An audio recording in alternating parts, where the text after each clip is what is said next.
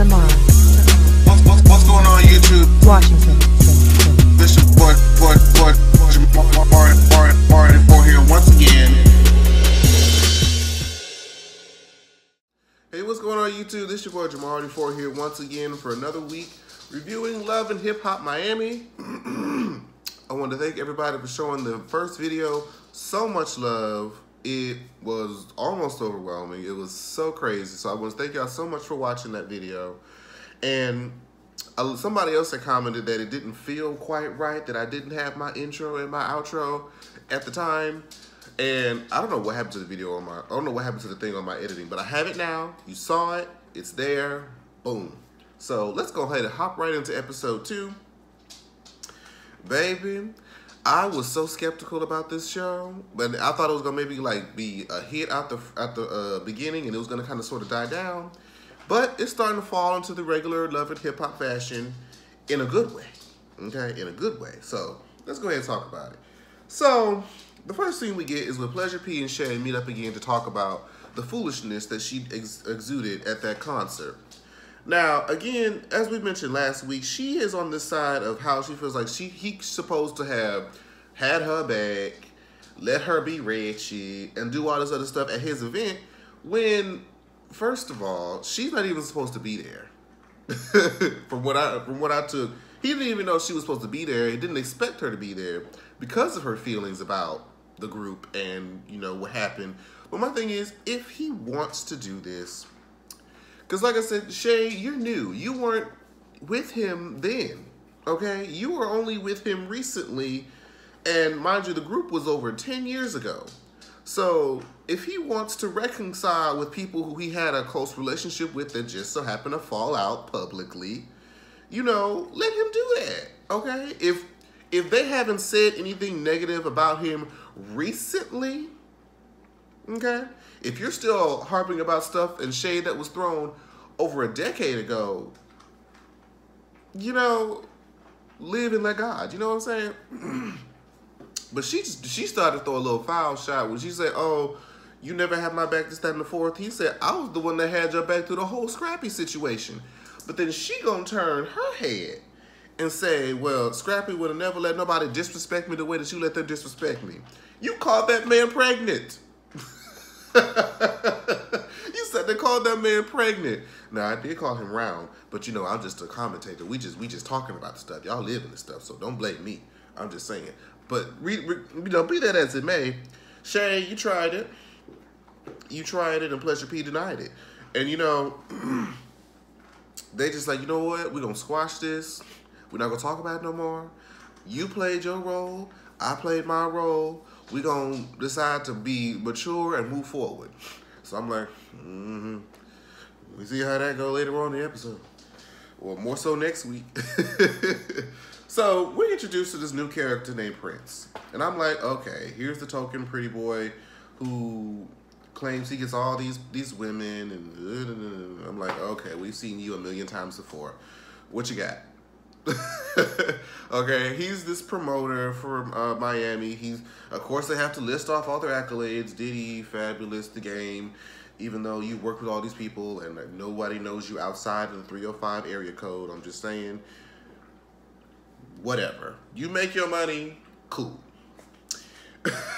And he briefly talks about how he has these issues with this other promoter named Michelle Pooch, and apparently she had some event where he brought women. She felt like, you're ratchet, you're not a good look for my event. I mean, to be honest, it looked like they were just having an event in an Olive Garden kitchen, but I was like, this is an event, there's like 5 people here. Like, it looks like a dinner party. Barely a dinner party. So I mean, maybe there was more to it. It looked more like a flashback. So apparently hopefully there's more to that story that we just didn't see. But I'm just like, okay, so this is gonna be his storyline. He's beefing with this Michelle Pooch character. I'm like, not really too much interested at this point. So we just gonna put him to the side and just kind of see where we go with that.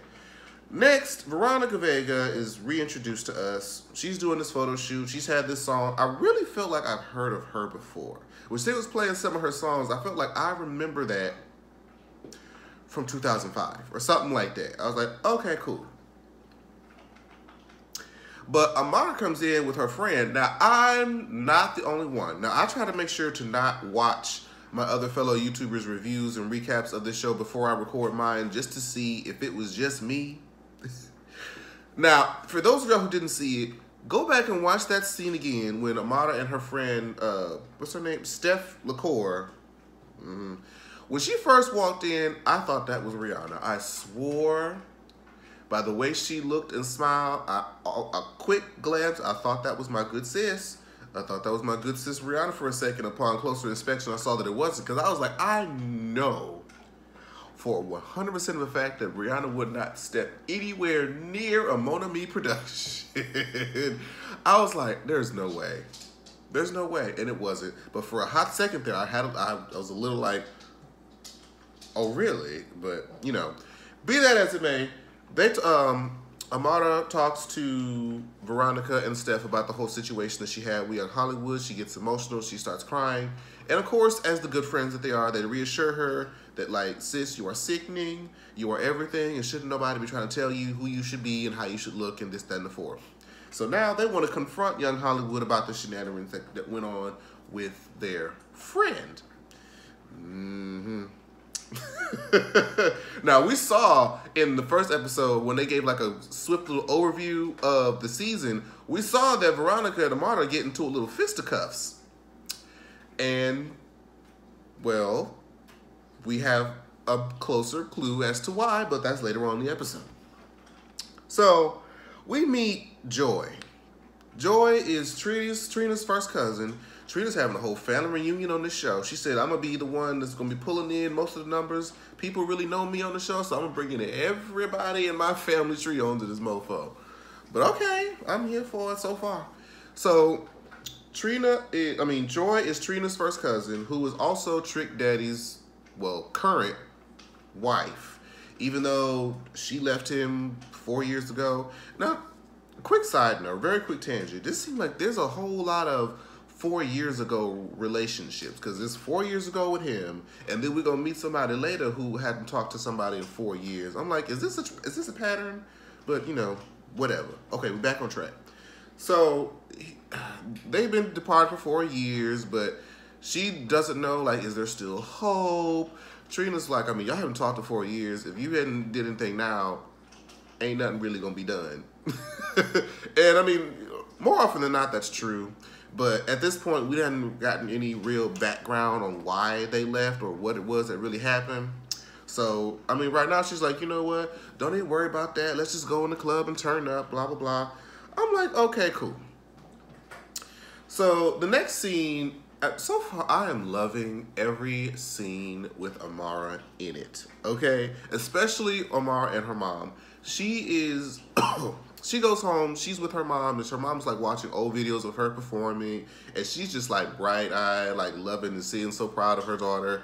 And they move to, you know, the kitchen, and she has a scene to where she's frustrated, I guess is a word, that, because she wants to basically just give her mom the world. She wants to give her mom everything, because she sees her mom working so hard to, you know, provide for her and how supportive she was of her, and she wants to do this crossover so she can, like, buy her a house, have her, like, all these maids, have her a nice car, and she's crying because she's not able to provide her mom all these things that she feels that she deserves, and she's really trying to work hard to, you know, do these things for her mom.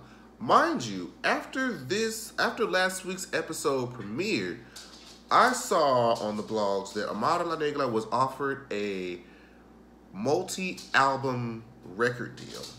I don't know if that was something that she just did a couple weeks ago, however, or it was something that she did, but we're just not hearing about it because of the show airing. Regardless of the fact, congratulations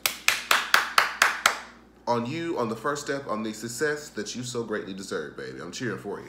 So it was great to see that scene. That was a positive scene. Every now and then, Love and Hip Hop will give us scenes that aren't all ratchet. So that was definitely something that I'd like to see.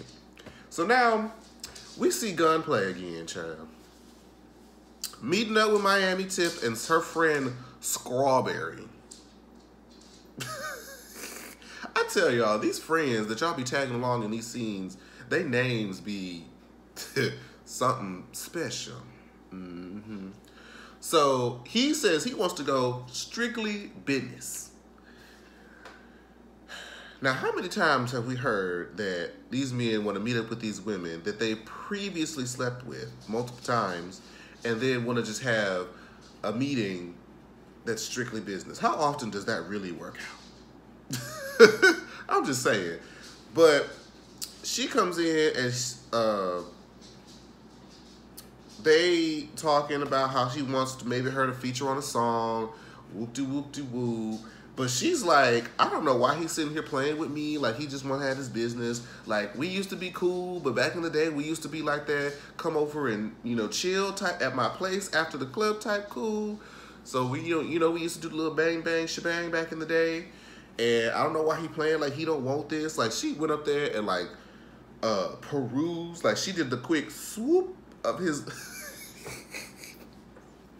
Y'all saw she had that motion where she like she went from the bottom and like swooped up on his crotch, like had got a full feel of what was going on downstairs. And I'm just like, wow, straight like that. And he did that, typical like, oh, why you playing though? Like, you can't be doing me like that. Which translation is, you can't be doing that in front of everybody. Like, I liked it though, but you got to do that when ain't nobody around. Like, I can't be publicly showing that I liked it. You just felt me up like that. That's, y'all know it. Y'all know the language. We are old enough to speak the language. But he liked it. But then, so he goes to tell Kiara about everything that happened and admits to the fact that he went to see her about a meeting, but she felt up on him. And Kiara took it like, okay, this is why I didn't want to come back to Miami, because of all this, all these whatevers, these whatever you want to call them, these side chicks, whatever they want to be called. And he's like, I'm not here for this. I'm here to do X, Y, and Z. And he's like, I mean, you should feel privileged that I'm even telling you this. Which, a part of that is rare. That is actually kind of rare that a man will immediately tell his woman that another woman tried to hit up on him. Like, usually you have to find out because you already caught him cheating, So the fact that he did tell you, and the fact that he actually didn't do anything at that meeting is rare. And, you shouldn't be given, cookies for something that you're supposed to do. But still, I will say that is actually a good thing.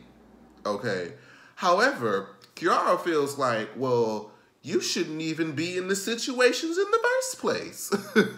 But my thing is, if he's a producer, if he's a rapper, if he's, this public figure, you almost can't help but meet with other females. I mean, of course, the capacity can be different, but you're not going to only be able to deal with men. Every now and then you're going to come across a female. It just depends on him to not be, a lowlife and cheat. Like, you can't blame the career, because any career is going to involve you to deal with people of both genders. So, I mean, putting yourself in situations like he's going to have meetings with females, with potential rappers. Like, you asked what female rappers he's going to be dealing with. He told you. He may not have told you that he used to mess with her back in the day. But you know what? They're not messing around now. Yet. I'm just saying, they're not messing around as far as she know at this point. So I'm just like, the fact that she getting all rah-rah and all that, I'm like, but why though? Nothing happened, and he told you about it. I mean, you probably feel a little bit, salty towards her, but why are you taking that on him now? I don't know. That one kind of threw me for a loop there. But really quickly, I want to talk about the scene that Shay had with this Michelle Pooch character. I mean, yeah, she's telling her about, the whole Prince situation, extending the storyline or whatever. But the part that I want to talk about is the fact that Shay looks 10 times better with no makeup on. I don't know what it is about the makeup, the lipstick, and the lashes, but it ages her in the worst way. And it's not cute. But when she was exercising, she had no makeup on, she was fresh-faced, she looked so pretty. I'm like, I'm gonna need you to stick with that, because you with like the full get up does not work. I mean, there are women that just look better without makeup. And she is one of them. I'm just saying. But be that as it may, we move forward to where Veronica and her friend Steph LaCour confront Hollywood about the things that he said to Amada La Negra. And she's trying to, say, are you willing to apologize? And you say, he didn't want to be that negative person. He didn't want to exude that, blah, blah, blah. But he's looking at Veronica up and down, with the googly eyes, like, you know what, I'll make you a deal. I'll apologize if you go out on a date with me. And Veronica's all like that, tee-hee-hee-hee-hee, girl. I mean, boy, you so crazy, this, that, and the fourth. I'm like, I saw him when you first walked up. You thought he was cute, okay?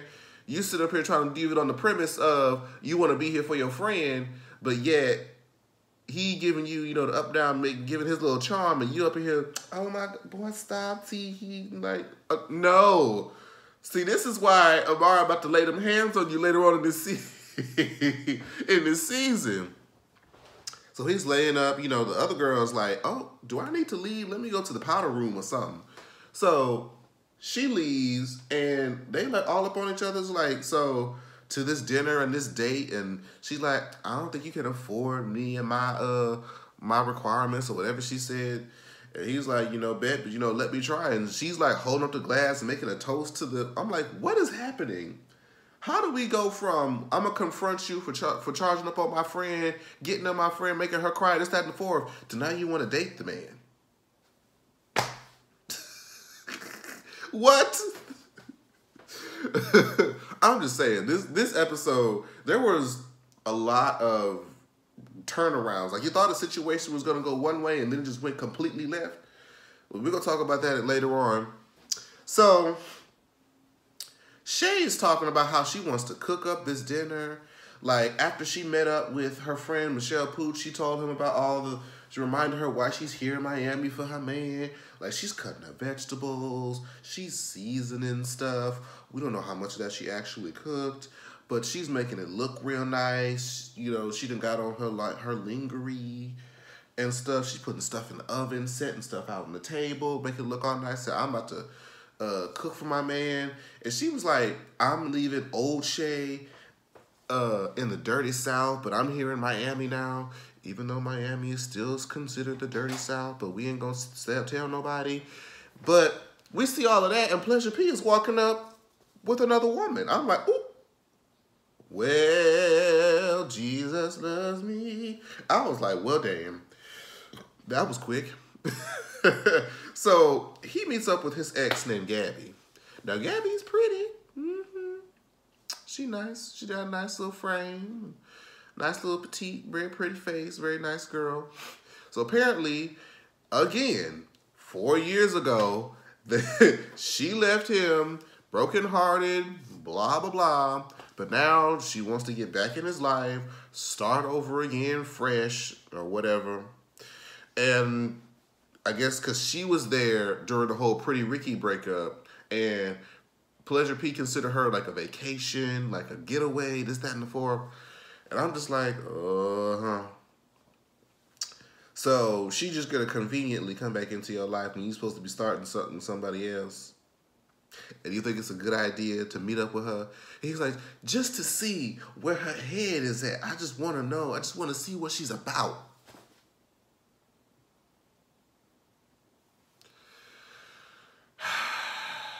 All right. This is the game we want to play?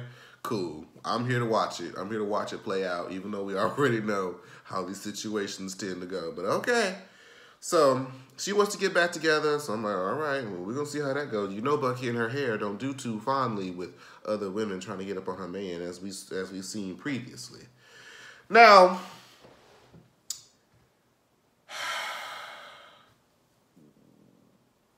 this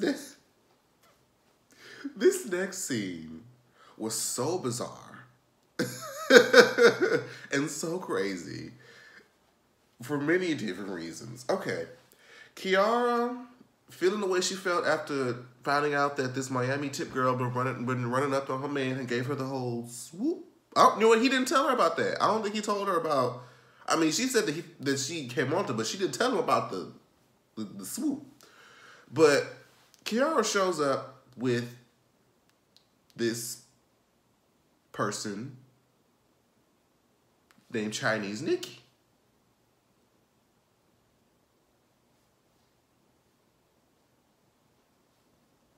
We're not going to talk about her.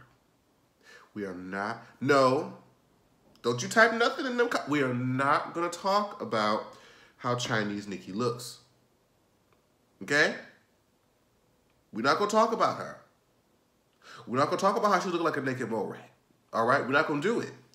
We're not going to talk about how she looks prime, plucked and pricked all over the face. We're not going to talk about it. Because it's a new year.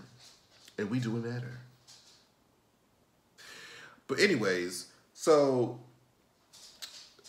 Kiara walks in with the Kyoto Taco Bell Chinese dog, and then they talk about how she wants to confront Miami Tip about what she said to her man.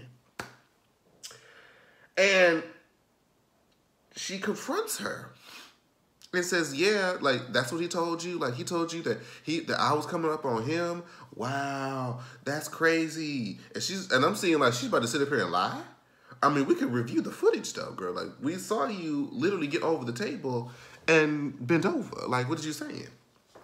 And she's like, I don't even want him. Like, who are you? He's not married. I don't see a ring on his finger, blah, blah, blah. And she's giving the narrative. I mean, you should really be, like, watching your man. Like, why are you coming to me when it's your man that's supposed to be the one who's faithful? Which, I mean, in any given case is really, you know, what you should do. If you're in a relationship and your partner steps out, the first thing you shouldn't do is go to the person that he stepped out with. Because like I said, I feel like we've all said it more than once. More often than not, they don't know that you're in that person is in a relationship. And even if they do know, granted, it makes them a slimy, you know, human being, and they deserve their asses whooped. You should first go to your man, because no need in fighting him or her right off the bat. At least you should be fighting the person who actually has the loyalties to you, because that person don't know you, don't care about you, don't have any, you know, loyalties to you. So it's the person that you're in a relationship that did the wrong. Okay, it takes two to tango. All right, so that's, I think, what Miami was trying to say. But then she said that she don't really want him, but that if, like, I would have bent over, she would have bent Kiara over the table or something. She said that I don't really want him, but I mean, I'm looking at you, though, with all this ass. Like, turn around, mama. Like, yeah. And I'm like, what? And Kiara, I'm thinking, would have looked at her crazy and been like, what are you saying? She's like, you like what you see? I'm like, what is happening? You was just running up on her like you about to fight for your man, and all of a sudden she says you have a fat ass, and all of a sudden you flirting? What is going on? What is going on here? So you lesbian now? You just kept, like, you could tell that she kind of was into it a little bit. She was like, oh, I wasn't expecting that. I kind of liked it, though. I'm like, oh, what is going on? That was so crazy to me. That was funny. But I guess, I don't know what's going to happen of that. Are they going to have a threesome? That was weird. I'm just saying. So lastly, Joy meets up with Trick Daddy, and they're about to sit here and talk about, I guess we're going to get some of the background as to what happened to this failed relationship. So, but honestly, long story short, it looks like on Trick Daddy's side, he believes that, you know, or he sees that Joy was wrong for leaving because he bought her, like, all this stuff, and, you know, if it wasn't for God, then the money wouldn't be here. We wouldn't be able to give her the things that he got. Blah, blah, blah. You'll never be able to find nobody to love you like I loved you. And Joy was like, are you serious? She said, And he's just like so baffled that she just wasn't happy because of all the things that he bought her. And she's like, look, if money was all it took to make me happy, we wouldn't be in this situation. But it wasn't about love. It was about happiness. It was about respect. It was about this, that, and forth. Now, mind you, we still don't have any, we're not privy to what has actually happened. We still don't know what actually happened yet. But, I mean, we're getting the sense of Trick Daddy probably did some typical, you know, things that men do, okay? And probably didn't respect her, but probably just bought her everything that she wanted, but she didn't feel the love part, so I'm guessing that's where we're at. But that's where the episode ended. But next week is when I want to get into this whole relationship that Miss Bobby is getting himself into. I have thoughts and feelings. And I think I may have said most of them already last week, but I have more thoughts and feelings about that. And I can't wait till I have more information. But we're going to tune into that next week. I'm just saying. But thank y'all so much for watching. I'm actually about to record another video after this one on some current event and topics about what happened. For those of you who saw what H&M did this morning, we're going to talk about that too. But anyways, thank y'all so much for watching. Make sure you like, comment, and subscribe. If you're not already, make sure you click that bell so you can get a notification whenever I upload a video. And I'll see you guys next time. Bye-bye. Like, share, subscribe. Washington.